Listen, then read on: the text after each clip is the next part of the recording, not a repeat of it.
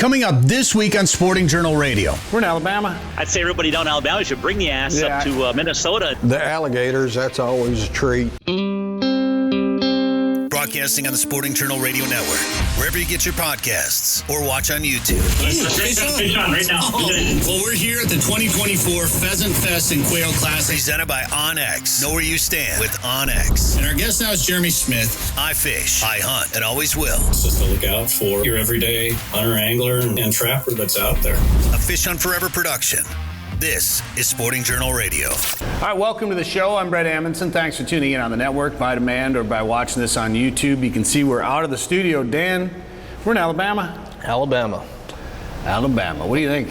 It's different. It's hot. It's in the south. It's wild. There's a lot of trees. And the weird thing is you could probably drive through a lot of this, and if you didn't know where you were and didn't feel the humidity, you might think you're in Minnesota. Yeah, I didn't expect all the trees, to be honest. And, when we were flying into Georgia, there were trees there, too, all around Atlanta. And we're looking out onto Lake Eufaula right here, right on the border of Alabama and Georgia. And it's wild to me to just look out and be like, oh, there's an alligator. Welcome to the south. There's another alligator. It's been a fun trip. We've been down here with the Glow, bass fishing. The guys have been crappie fishing. We're going to tell you all about how that went. We also did some hog hunting that you're going to hear more about on next week's show. But first, when you're ready, Dan, you want to talk about who the sponsors are? Invergrove Toyota, the official truck sponsor of Fish Hunt Forever, is Invergrove Toyota. When you're looking for a new pickup, head to Invergrove Heights in Minnesota. Lake of the Woods Tourism. Lake of the Woods is the walleye capital. Plan a trip for this open water season at lakeofthewoodsmn.com. OnX Hunt, landowner information, public land access, and much, much more. Know where you stand with OnX. Tazin Lake Lodge. Catch world record lake trout and giant pike at Saskatchewan's Tazin Lake. Learn more at tazinlake.com. Prairie Sportsman, the new season has wrapped up, but you can watch episodes anytime at the Prairie Sportsman YouTube channel, or there might be some still airing depending where you live. Haybale Heights Campground and Resort. Fish Devil's Lake this summer. Learn more at haybaleheights.com. So it's been hot down here in Alabama, but it's been pretty stormy back home.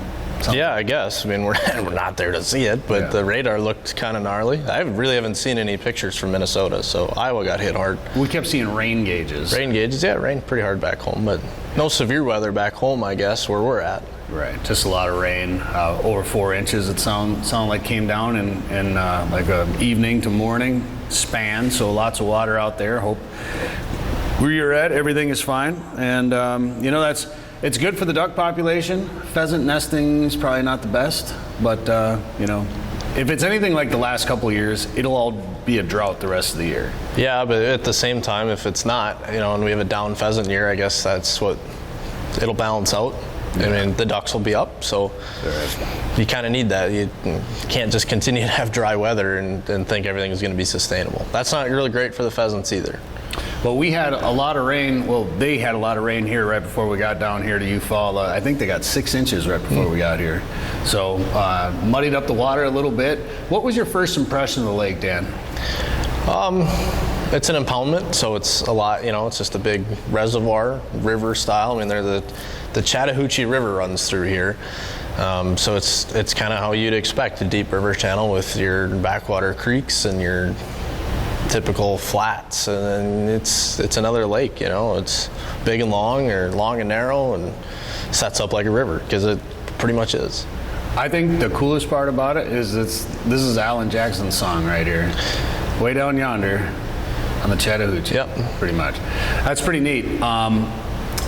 I think what's really cool about this spot right here is we're at Lake Point State Park right now, and this state park is not really like state parks that we have back home. Like, this is a big hotel and conference center.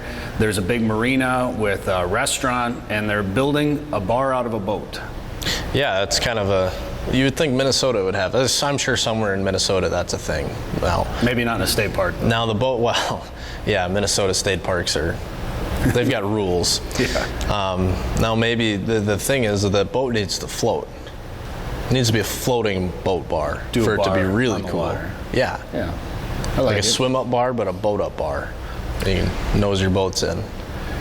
This place is it's a state park, basically surrounded by a national wildlife refuge. Yeah, they're just pretty all wild here, and that's why I think you're seeing so many alligators. They can't be touched here, and they know it. It's really neat, like all along the banks and the shore. And one of the guides that we had kept calling it feral. And at one point we heard this noise. It sounded like growling coming out of the grass along the shore bank, and then all of a sudden another growl, and here it was these alligators, like this real guttural, deep, moaning growl coming from everywhere. It was pretty surreal. It sounded like you're sitting in Rainforest Cafe, except it was real life. It was so cool. We did some bass fishing. A couple of the guys did some crappie fishing. Like this Lake Eufaula here is pretty known for its crappie fishing, and the guys smashed. Yeah, they're catching all sorts of fish, and nice fish too. Biggest I think was like 2.5 pounds, and nice crappies.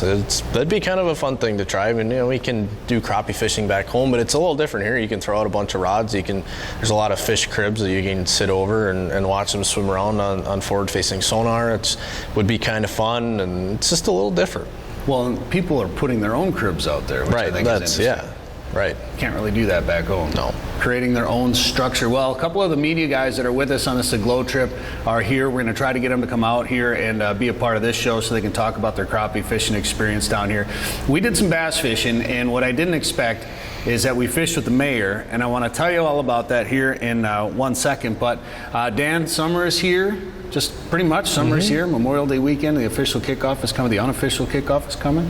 That means we're going to Tazin pretty soon. Yeah, it's coming up about a month away. We are going to be heading up there for another season of Tazin TV in Northwest Saskatchewan. So get caught up on episodes now. If you haven't seen Tazin TV before, go to the Tazin Lake Lodge YouTube channel and check it out.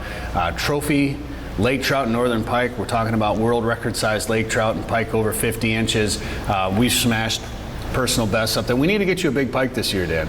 Maybe this is the year. This year will be the year. We're going up June 29th through July 13th, and there are still some openings during those dates. So if you want to come up, maybe be on Tazin TV yourself, find out more and book a trip at tazinlake.com. I didn't know we were going to be fishing with the mayor. He was a pretty cool guy. Yeah, he knows how to catch fish. He knows how to make things that catch fish. He has his own lure company, Strike Zone Lures. Yeah. Likes to fish shallow, which is always kind of fun. It's always fun I like catching bass shallow out of grass and pads and yanking them out of slop and stuff, and so that's kind of fun, even though there's an offshore bite here that's seems to kind of be the thing most days, but it's fun to go throw them shallow and do something a little different than what everyone else is doing. Yeah, we fished with one of the guides out here too, Steve Graziano. They call him the Graz, and he likes to fish a little bit deeper with blade baits and lipless cranks and stuff like that. And Jack, they've known each other forever, but they both fish completely different parts of the lake. Yeah, different parts of the lake, different ways, different styles, and there's I think if they fish together, they could really put their heads together and always have a good day. When you get a little too one-dimensional, sometimes you have off days, but they have the program down. We caught fish all 3 days. We were out here, and even with a tougher bite, this lake is controlled by the Corps so that they pull water in, they decide to not pull water out, and this and that. So conditions change on the daily, and fishing changes on the daily. It is like fishing a river in that sense. Yeah. I mean, it is a river. I don't know why I keep saying it's like a river. It is a river. It is a river. So that's always a challenge. We started off with the mayor. It was midday, late or afternoon, I guess. Like 3 o'clock. 3 o'clock. So it was hot and calm still. About the worst time of day to go out there. We found some fish. We caught a bunch of little ones, and then finally, as the sun started to drop, you hooked into a pretty good one. Yeah, it was a nice fish, and we had to come in for dinner, but we probably could have stayed out there and found a few more of those. It's just kind of like you think about walleye fishing back home. The golden hour, the sun hits the trees, the low light conditions, there's a window there that usually happens, and that's the case down here when this water gets super, super hot. And with the mayor, we were fishing a lot of spinnerbaits and chatterbaits mostly. Yep, a lot of moving baits. That's kind of his thing. Yeah, and that's what we caught some good ones on. You'll be able to watch that video on the Fish Hunt Forever YouTube channel. So check it out. Go there and make sure that you subscribe to it. Dan, how's the food on this trip so far? It's good. A lot of seafood. I don't think you normally think of going to Alabama for seafood. It's been good. We're pretty close to the ocean. Well, yeah, I know. You don't think of Alabama as seafood. You kind of wanted to drive down to Florida a little bit too. I didn't. It's weird to think that we're north of like I suppose they call it the Panhandle of Florida. When you first told me this, you said it's weird to think we're north of Florida. Yeah. Like, we live north of Florida, you know. No, every day we're north of Florida. You wake up every morning and go, yeah, man, this is weird. North of Florida. North of Florida. And we're just literally probably an hour. When we flew into Dothan, we were, I don't even know, 10 miles. Yeah, we were right by the border. Yeah. Right in the corner with Georgia and Florida down there. So neat part of the world. And I definitely did not expect Alabama to look like this. We're down here with Alabama's Black Belt Adventures. So if you want to come down and plan a fishing trip to Eufaula or the surrounding area, or if we're going to do some hog hunting too, if you want to do that, check out Alabama's blackbeltadventures.org. That'll get you all the information you need to know on how to plan a trip down here. We're here for an Aglow Media Camp. We'll have a bunch of videos and pictures and stuff that we'll be putting out through Aglow, the outdoor feed, and of course our channels. So watch for that. We're going to try to get some of the other guys on the trip to join us here in a little bit, and try to get Joe Henry to give us a Lake of the Woods fishing report here in a little bit too. But Dan, Memorial Day weekend is upon us. I can't believe it's here already. Mm-hmm. And Inver Grove Toyota has got some Memorial Day deals for you. It's Memorial Day sales event now through May 31st at Inver Grove Toyota. They're offering $500 additional trade-in allowance and competitive leases on several new models. So if you're just looking to get into a lease, they got some great deals on leases. You can go to invergrovetoyota.com/FHF. That stands for Fish Hunt Forever. So this is our deal that we're helping you get a better price on a new Toyota. If you want to get a Tundra, if you want to get a Camry, find out more. Go to invergrovetoyota.com/FHF. If you want to catch a big walleye, go where the big walleyes are. Lake of the Woods is the walleye capital of the world, with a variety of resorts and lodging facilities offering full-service fishing. Lake of the Woods is also home to sturgeon, sauger, perch, trophy pike, muskie, smallmouth bass, burbot, and more. Plan your trip to Lake of the Woods today. Go to lakeofthewoodsmn.com. That's lakeofthewoodsmn.com. All right, we're back here on Sporting Journal Radio. Thanks for tuning in on the network by demand or by watching this on YouTube. We're here on the shores of Lake Eufaula, Alabama. Although, I guess if you go to the Georgia side, I think it's Walter F. George Reservoir. Yeah, that's correct. That's correct. Forrest Fisher is our guest right now here. Forrest, how you doing? I'm doing real fine. Fishing over here for crappies the last 3 days has been an incredible experience. I want to ask you how the fishing has been and what you think of the area, but let's just learn a little bit about you. You're a member of Aglow, correct? Yeah, I'm a member of Aglow. I've been a member since about 1992. Oh, wow. When the Outdoor Writers of America, OWAA, had brought their annual conference to Niagara Falls. And the two groups got together, and if you were a member of one or a member of the other, you could join the other. Oh, perfect. Yeah, so it was a great experience for everybody that was there, and I certainly took advantage of the opportunity to meet more new writers, to advance our ability to do more networking with people that were in outdoor communications and helping kids, which is one of my goals as a writer. And of course, that was back up in New York, and so I was a resident of New York. I was born there, Western New York, East Aurora, New York. I still work with the Chautauqua County Visitors Bureau, and the Visitors Bureau is, my job there is outdoor media communications and promotions, and so I've enjoyed the last couple of years doing that kind of thing. After retiring from a career of 41 years in space and defense, and it's been a lot of fun. Well, that could be a whole other podcast, because I'd love to talk to you about some of that stuff. But okay. So obviously, being up there in New York, you spent a lot of time on Lake Erie. You've traveled around a little bit. Have you ever been to Eufaula before? Eufaula has been on my bucket list for, I will say, 30 or 40 years.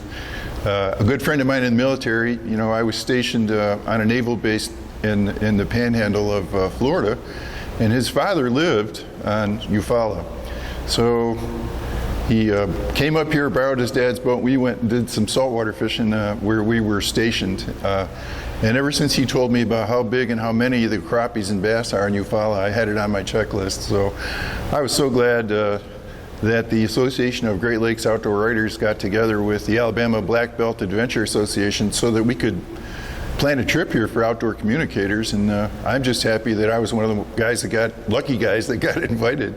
Happy to be here. So no, I've not been here before, and it's been on my wish list for a long time. It's been a great time here so far, 3 days. And it sounds like it didn't disappoint. Absolutely not. I came here specifically to fish for crappies, even though I'm a bass fisherman by heart. I'm a tournament bass fisherman, and I've always wanted to come here and fish crappies. I fished on the first time I was out here with Tony Adams, Gone Fishing with Tony, his charter service. The guy is an incredible machine for catching crappies. We caught over 100 crappies in a little over 3 hours. Wow. And we didn't catch a crappie for the first 30 minutes, just to give you an idea. But we moved spots 16 times.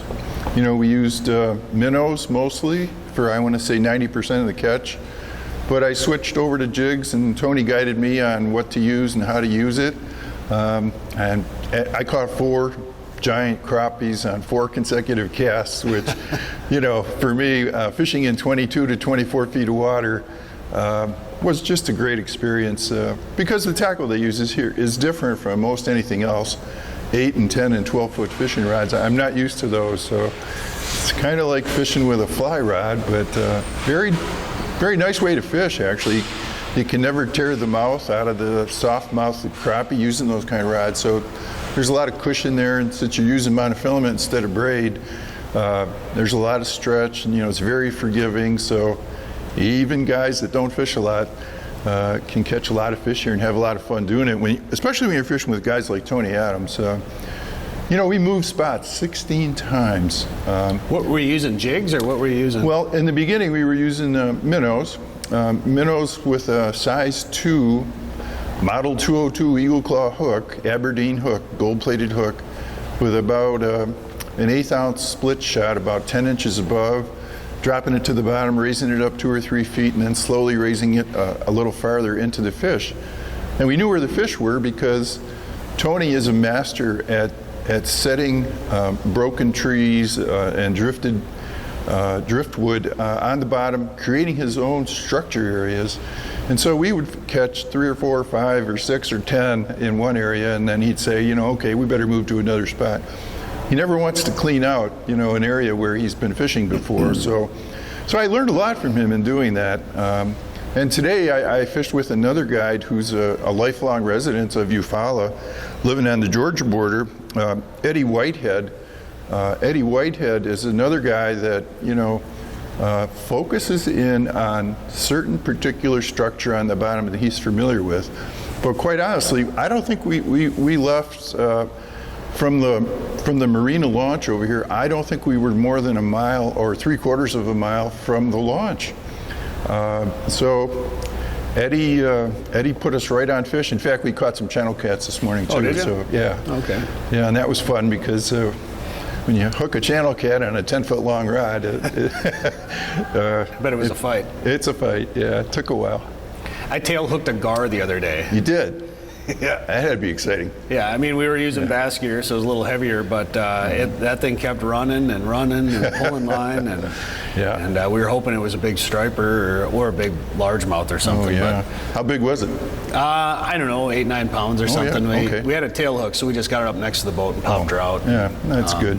So yeah, but some of these crappies, the last 2 days, they've been really, 2-pounders, 14, 15.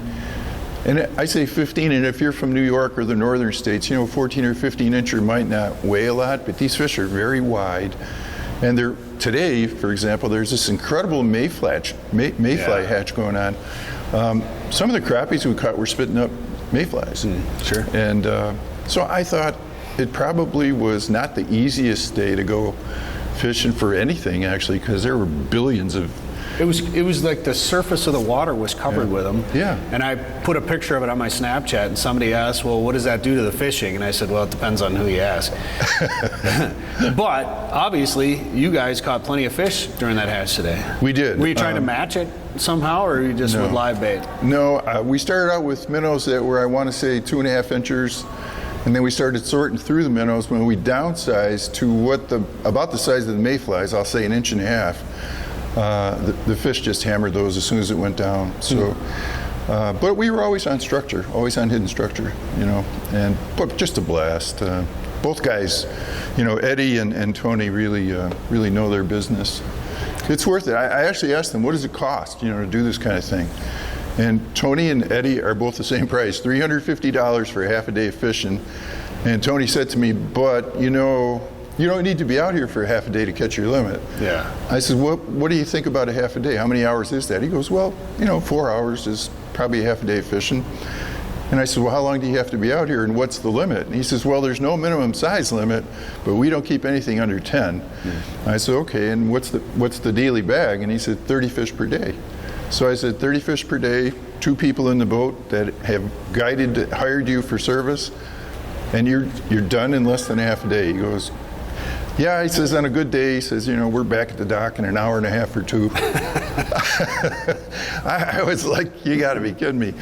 But those are good days, I'm sure. We fished for a little 3.5 hours, and we caught well over 100 fish. So yesterday. Well, it's been a fun trip out here. You're heading home now? I'm heading over to the southern plantation to do some wild boar hunting. Oh, you are? Oh, you're coming with us? Yes, okay. I am. Perfect. Yes, I didn't know you were coming. Great. I am. I sighted in my 3006. I'm ready to go. I've never been boar hunting. I can't wait to start learning. All right. Well, we'll see you over there here in a little bit. Okay. Forrest Fisher, thanks for being on the show. Very happy to be here. Thank you. 852 million acres of public land, 147 million private properties, all in the palm of your hand. The #1 hunting GPS app just got better. With hundreds of custom map layers, 3D and topographic maps, you can easily scout on the road or at home before you go. And now you can get important weather details, CWD detection, and even know what crops have been planted where. Get the most trusted hunting GPS app ever made. OnX. Know where you stand with OnX. All right, we're back on Sporting Journal Radio. Thanks for tuning in on the radio network. Vitaman or watching this on YouTube on the shores of Lake Eufaula down here as part of an Aglow Media Camp. And Richard Sims joins us right now. Richard, how you doing? I'm doing great. Forgive me if I smell like fish. Well, that's good. Yeah. Nothing wrong with that. So I want to ask you how the trip's been. But first, I want to learn a little bit about who you are. Tell our listeners and viewers a little bit about who you are. You've got the southern accent, so you must not be from too far away. No, I'm kind of from around here. Born and bred in Tennessee. Wildlife degree. Went to work first with the State Wildlife Agency. I was a game warden for a few years. Oh, really? Then I worked for the Wildlife Agency's PR division. Then my wife and I wanted to move back home where the family was, and I went to work for a TV station, worked in broadcast news for 30 years. Spent first half of that 30 years standing behind the camera like Dan there. But during that time, I also started a fishing guide business in Tennessee in 2006. And it's been more successful than I ever imagined it could be.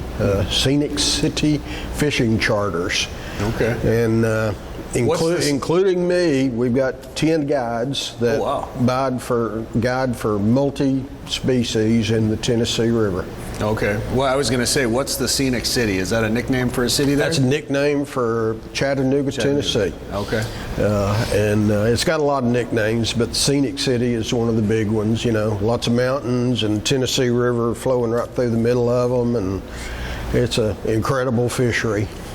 Had you been down? And then you do a lot of writing now too. Then. Oh yeah, I guess that goes without saying. Since I'm here with this group, right. Is when I left the Wildlife Agency, which was about 1985.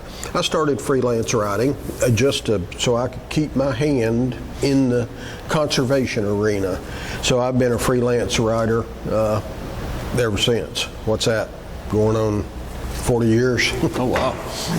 And you're writing about crappies a lot? Well, right now, one of my freelance jobs is I'm the editor for an online magazine called Crappie Now. It's free. There's not a printed publication. It's strictly online. CrappieNow.com. It's on demand, totally advertiser supported. You go there and read it anytime you want, whenever you want, whatever you want. So I edit that magazine. Got a great bunch of writers that are good crappie fishermen. And I told them when they hired me, I said, I'm not the best crappie fisherman, but I know people. So you were here for the crappies then?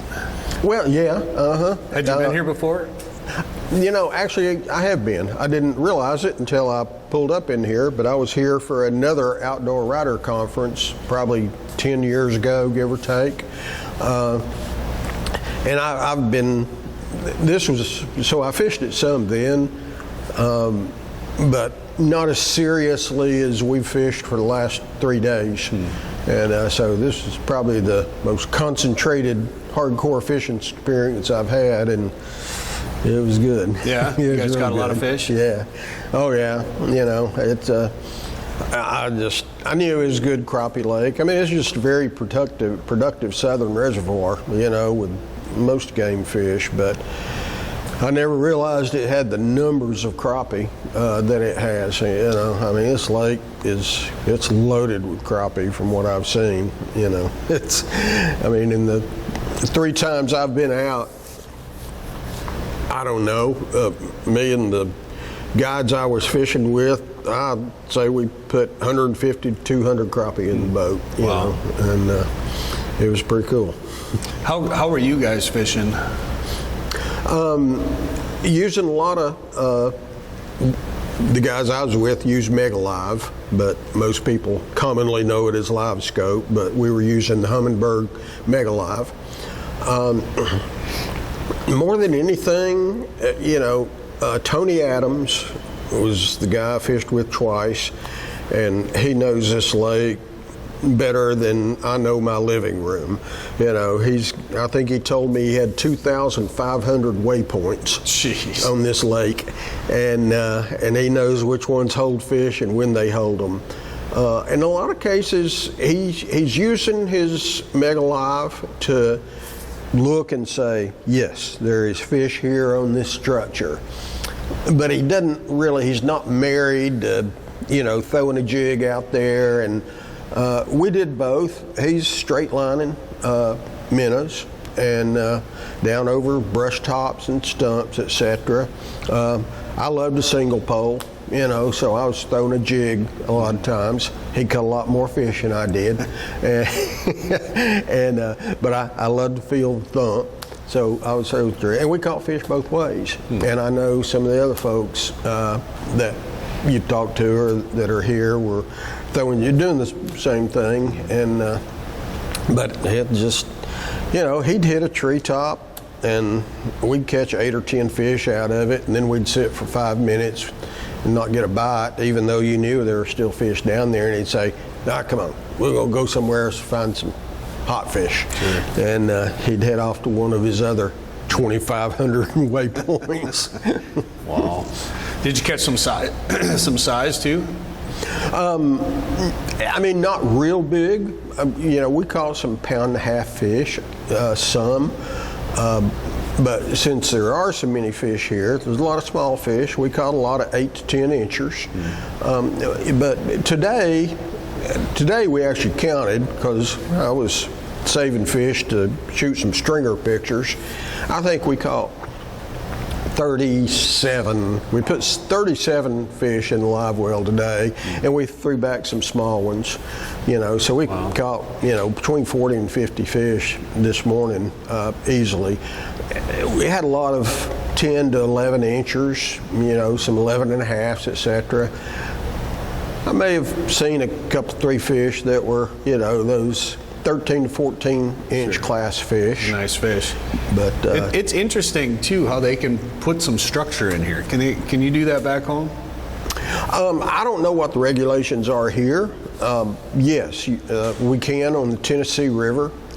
Technically, you're supposed to, you know, there's certain parameters. Sure. You know, get in touch with TVA and all that kind of stuff. Do people always do that? No. You just got to be smart about what you put and where you put it.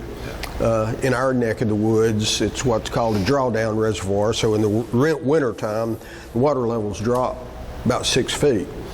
So if you put structure in, you know, that's less than 6 feet deep during the summer, when the water goes down, it's going to be exposed and can be a potential navigation hazard. Right. So you got to be smart about it, and you're supposed to get permission, and you're supposed to get permission. I thought this was really a neat area. You know, today we went down south quite a ways, and it got into more of a residential area, and there were some bridges and a lot of really nice homes along the river. But this area is surrounded by a national wildlife refuge, so a lot of alligators, a lot of different birds, and just trees and feral country is how our guide kept describing it as. So it's actually pretty serene when you go upriver from here. Yeah, it really is, you know, and the alligators, that's always a treat, you know, for me, and especially for y'all. It's cool seeing them. Just Do you have them back home? Do you get them in Tennessee at all? No. I mean, actually, there started to be some sightings in West Tennessee over close to the Mississippi River, but not in East Tennessee where I live at all. I was going to mention something. I lost my train of thought. Well, those alligators are neat to see here, and we don't see them up north. Every once in a while, I think somebody releases one, you know, or there's a zoo escapee or something, and it just makes me want to move further north. Like, they're neat to see, and obviously they don't have. I think there was one. We heard about one incident with a gator here that anybody around here can remember, and that was like a university student trying to do some research, and he got a little too close and was handling some babies or something and got a little scratch. But other than that, I mean, to be around this many big toothy critters like that, it's pretty amazing. It's pretty neat to see them. And we like a lot of vocalizations, and you wake up in the morning and you look out over the lake and you just see one swimming and then maybe another one swimming behind it. It's pretty neat to see. Oh, I know. Yeah, like I say, it's always fascinating to get to see that. And I know what I was going to mention was Spanish moss. Oh, yeah. Don't get to see that a lot, you know, and we're far enough south here. You see a lot of trees, a lot of shoreline covered with Spanish moss. I made Tony, you know, pull over on a scenic spot so I could shoot some pictures of him with the Spanish moss and say, okay, yeah, they really are down south. Yeah, you do feel like you're down south when you see that hanging off the trees, for sure. It's neat country down here. This has been a great trip. I know you're coming with us hog hunting too. So next week we're going to talk more about hunting here on the show down here in Alabama at Great Southern Plantation. Richard, where can people read your stuff? Or do some guiding with it, or do some fishing with it. The CrappieNow.com, that's Crappie, NOW.com, is the magazine that I work for. If you want to learn anything about the guide business, it's pretty simple. It's ScenicCityFishing.com. CityFishing.com. And anytime you put something out, we roll it through the outdoor feed too. So there's a place people can go there, the outdoorfeed.org. I appreciate that as well. Spread the message. Absolutely. All right. Well, Richard, I suppose you're used to this heat a little more than we are. But we're going to go back in, get some air conditioning, get some lunch, and go try to chase some hogs around. And we're heading west to hog country. Richard Sims, thank you very much. Thank you. Now is the time to start thinking about chasing big walleyes on Devil's Lake. Get on the fish at Haybale Heights Campground and Resort. Haybale Heights makes it easy for you to make memories on legendary Devil's Lake with guided fishing and lodging packages. Or bring your own boat and rent one of their cabins on East Bay. Haybale Heights offers a private marina, fish cleaning station, and the opportunity to relax and enjoy your bucket list trip to Devil's Lake, North Dakota. To book your trip, visit haybaleheights.com. That's haybaleheights.com. All right, now it's time to go up to Lake of the Woods to check in with Joe Henry from Lake of the Woods Tourism. Joe, how's it going? Hey, Brett. What? You don't look like you're in Minnesota right now. We're in Alabama right now with Association. Is that why you got the red on? That's yeah. For the Alabama, absolutely. I haven't said a roll tide the whole time I've been down here, but I've been sweating a lot. It rained here before we got here, like it's been raining back home, but then it got real warm, and it's been right around 90 degrees, I suppose, low 90s since we've been down here. We're down here with the Globe, by the way, which of course you're very familiar with, and but it hasn't. It sounds like it's been, other than the unsettled weather back in Minnesota, it hasn't been this hot. Oh, no, we're not like that. We're not like Alabama, but I'll tell you, well, first off, the Association of Great Lakes Outdoor Writers, I kind of figured you were down there for those guys. And, I'll tell you, we sure have a lot of beautiful places as far as outdoor recreation, fishing, hunting, things like that in our United States, don't we? Well, absolutely, and it's great that we get to see all these destinations, and obviously Lake of the Woods is one of those destinations. And I've talked to a lot of people down here, like, oh, Lake of the Woods, man, I want to get up to there one of these days and catch them walleye that y'all got up there. I'm going to be sounding like I'm from the South by the end of this trip, Joe. Well, you heard. You heard what Ant-Man said for the Timberwolves. He told Charles Barkley to bring your ass. That's right. And I'd say everybody down in Alabama should bring the ass up to Minnesota and check out some of the freaking good lakes and lakes and rivers we have. And I'll tell you, we do have world-class fishing in Minnesota, and Lake of the Woods, we're lucky. I mean, there's a lot of good lakes and rivers in the upper Midwest, certainly in Minnesota. Gosh, Lake of the Woods. I mean, when you travel around, you realize people have heard of Lake of the Woods, and you realize that it truly is a world-class fishing opportunity, even though it is right underneath our noses. And there's always something going on, isn't there, Brett, on Lake of the Woods? Always. Yeah, I mean, Joe, we've had you on every week for 11 years, and we find new things to talk about all the time. So, yes, there are always things to talk about. And, of course, we're post-opener now. What did you hear about the opener up there? The opener is really good, kind of like we expected, and different schools of fish across that. We had some fish in the river. There was fish in 4 Mile Bay, which is the mouth of the Rainy River, across that south shore, just like we expected, because people left them there this fall. People that did the late fall fishing knew that there were still good schools of fish there, and there's forage there, so they didn't leave. So across that south shore in different spots, they were catching fish, typically anchored up in jigging, and of course up at the northwest angle. I mean, it's not a matter of if there's fish there. It's a matter of where the fish at, what are they doing, and what kind of forage are they relating to, and things like that. But it was very good, and lots and lots of fish. A lot of people throwing back fish because they had their keepers, and just really good fishing. I don't know what to say. We're seeing a lot of gators here. The gators there are a little bit different, and in that last fishing report you sent out, somebody caught a nice pike up there, it looked like. And it's funny because, those pike, we always talk about how people go after those pike in March, late March, typically ice fishing, and then they go after them sometimes ice out, or April, because we have that year-round pike season. But, come summertime, people don't fish pike that much. Everybody's walleye crazed, but then the walleye anglers are catching pike accidentally. And it happens every day, and they're getting some big pike, too. I mean, 40-plus inch pike. But, it kind of makes sense because where anglers are fishing for walleyes and saugers, those pike are feeding on those walleyes and saugers. So naturally, there's going to be pike around, and they take those jigs at a minnow any day, and it leads for some good multi-species action, but there are a lot of pike around, no doubt.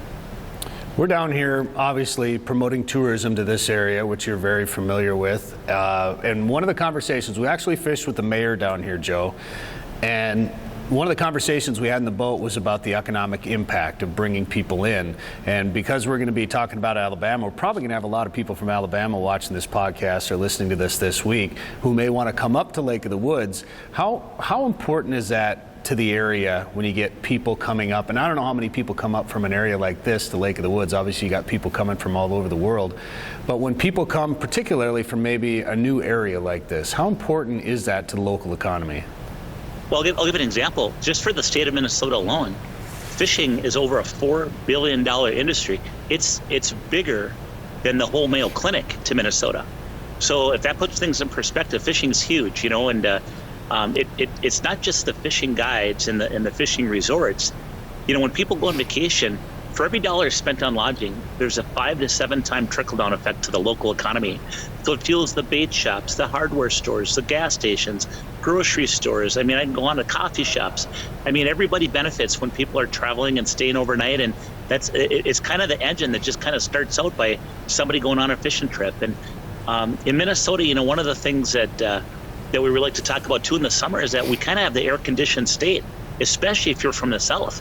I mean, if you're from the south, going up to Minnesota when it's 80, 85, and the humidity isn't nearly as high as it is in some of those southern states, and that's like air conditioning, and it's natural, it's beautiful. Lake of the Woods, we have so many smallmouth bass, and nobody fishes them. I mean, it's just unbelievable, the opportunities up here. But No, I would say this. If you want to go outside your comfort zone and come up and check out a different part of the world, and if you like fishing, if you like the outdoors, if you like scenery, and if you like Minnesota nice, I mean, the culture up in Minnesota as a whole is just really pleasant, really welcoming. The guide we were with today, Steve Graziano, he would joke because we were fishing and it was flat calm, 90 degrees. It was very warm. They'd be like, all right, boys, I'm going to turn on the air conditioning for y'all. And that meant we were packing up and moving to a new spot on the lake. So we'd go, rip across at 60 miles an hour, and you'd have the wind in your face and it'd cool you off just a little bit.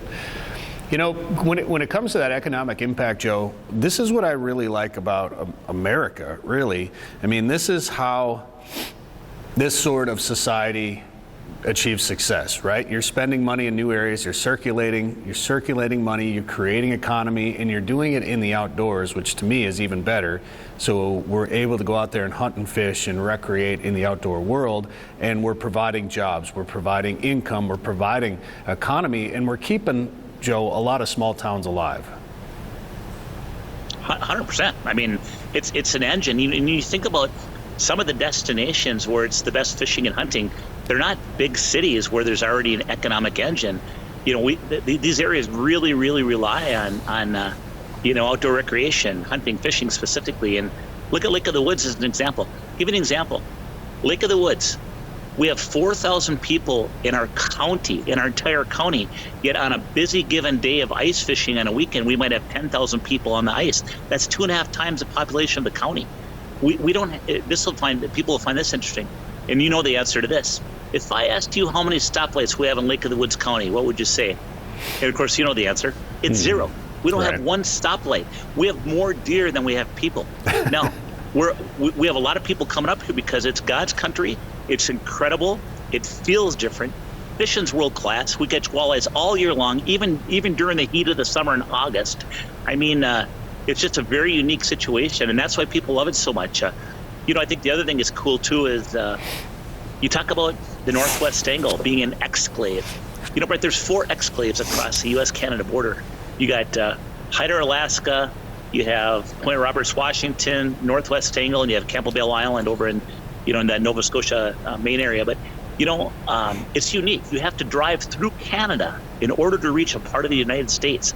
And then when you get up there, that's where the Canadian Shield begins, where the 14,552 islands are. We got about 15 resorts up there. Half of them are on islands. I mean, you're talking about islands, points, neck down areas where there's current going through, saddles. I mean, sunken islands. I mean, there's so much. The lake has 65,000 miles of shoreline. You couldn't fish it all in a lifetime. But, to anglers, to people that like outdoor recreation, to birders, that is like, whoa, that's unique. And that's kind of what we're talking about. And every area has its niche. I want to say that. Wherever you go, they have something special. It's just a matter of finding out what that is. And, acres of diamonds. The riches are right underneath our noses. We have some of the best opportunities right underneath our noses. And heck, a lot of people have never even seen some of the things we're talking about. So, Joe, we just have about 2 minutes left here, but, we came down here, and I'm sure Dan, once he got on the lake, probably wanted to have his boat with him, just didn't want to trailer it and drive it all the way down here because we'd probably still be driving. It's a little bit of a haul. But for these guys coming up that don't want to trailer their boat up to Lake of the Woods, they don't need to. No, you don't. I'll tell you, you know what? In fact, even people from Minnesota sometimes say, hey, I do have a nice boat, but when I go to Lake of the Woods, I'll just leave it at home. Here's why. Number one, we have charter boats. Number two, we have guides with professional walleye boats. If you jump on a charter boat, you step on board about 8 o'clock in the morning, the rods, reel, tackle, bait, licensed charter captain was in the know when it comes to the bite and where the walleyes are. They're going to take you out, and you're going to have a very successful day of walleye fishing, Brett. These people are networked with other guides. So if they go up to their spot where they were yesterday and those fish are gone, they're talking to their buddies saying, hey, man, I'm over on 3 Mile. How are you doing over there on Archie's? Oh, man, we're whacking them. Come on over. There's plenty of room. They're going to get you on fish. You're going to have a good day. And it's just easy. It's easy. All you got to do is figure out how to get to a resort. They provide the meals if they want. If you want to bring your own food, you can. But it's so simple. And the other thing, too, is we're talking big water. Some people don't want to bring their boat on that big water. It's intimidating. When you jump on a charter boat, you have nothing to worry about. As we joke around, you have two things to think about in a day. What should I wear and what should I eat? And there's, I don't know how many resorts offer that service up there. There's so many resorts with a lot of different options, but a lot of them are full service like that, aren't they? There are. Well, and if they're not full service, you can go up there and you can stay at a resort that's not full service and use the adjoining resort's bar and restaurant. Some people don't get the meal. You can get the meal plan, the American plan. Everything's included. Your lodging, your fishing, your meals. Or you can go up there and make your own. Or you can say, hey, I'm going to try this resort tonight for dinner. I'm going to try that resort tomorrow night for dinner, and kind of mix it up and just learn the area a little bit. That's kind of fun too. All right, Joe. Well, if people want to plan a trip to Lake of the Woods, what should they do? Hey, check out our website, and that is lakeofthewoodsmn.com. From Alabama, Lake Eufaula, another Aglow media trip is just about in the books. Next week, we'll talk about hog hunting, and of course, watch for the videos coming to the Fish Hunt Forever YouTube channel. We'll see you next week. Sporting Journal Radio is a division of Macaba LLC. If you've got a question, comment, or story idea for us, send us an email. Go to sportingjournalradio.com. While you're there, you can learn how to advertise on the show and visit our store for hats, hoodies, coffee mugs, and more. Go to sportingjournalradio.com.